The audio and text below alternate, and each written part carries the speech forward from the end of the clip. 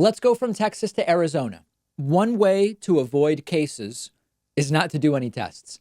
One way to avoid opinions that you shouldn't reopen your state yet is to fire the people telling you not to reopen the state. And that is what Arizona Republican Governor Doug Ducey did. On Monday, Ducey said he is accelerating the reopening of Arizona. That seemed questionable based on the case numbers, which, if you look, have a very definitive upward curve, spiking to nearly a new high yesterday, matched only by the numbers on April 30th. So the cases are spiking. Deaths usually follow closely behind. And Ducey says, let's open up. Well, in come the public health officials who say, hey, look at the numbers. We can't really reopen right now. Ducey doesn't like it, so he fires them. Steve Bailey, the bureau chief for public health statistics at the Arizona Department of Health Services, says, quote, we've been asked by department leadership to pause all current work on projections and modeling. Yeah, pause it until the pandemic is gone and then start modeling again how great the numbers are. These are the people we should be listening to. Now, the timing is suspect. The timing, to me, has Trump's fingerprints all over it, and it seems to have Trump's pressure all over it. Because remember that Trump was in Arizona on Tuesday, and the day before Trump shows up, Ducey says, we're going to reverse course from what I said last week. A week ago, the governor in Arizona seemed to be taking this seriously, extended the stay-at-home order until May 15, said stay at home is working, said the data clearly point to not opening up yet. But then this week, we learned Trump's going to Arizona on Tuesday, does a bunch of grandstanding about reopening, and the great Governor Ducey, who is there, and getting the economy going again. And just hours before Trump went to Arizona, the day before, Ducey decides, hey, you know what? We are going to open more stuff. We don't need the public health officials modeling the impact of reopening anymore. And it has Trump's fingerprints all over it. Speculative, but it's what we know Trump does.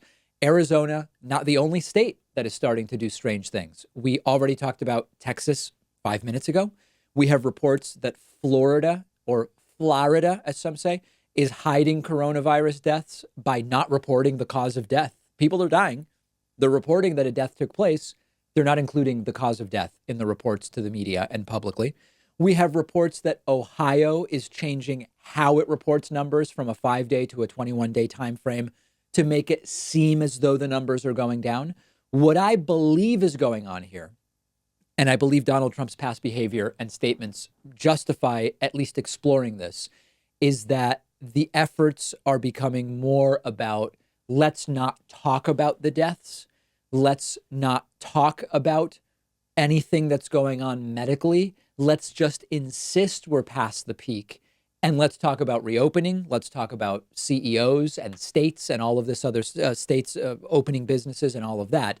And as usual, the very thing the Trump administration is accusing others of doing is what it seems like they themselves are doing. Some use the term projection to describe this.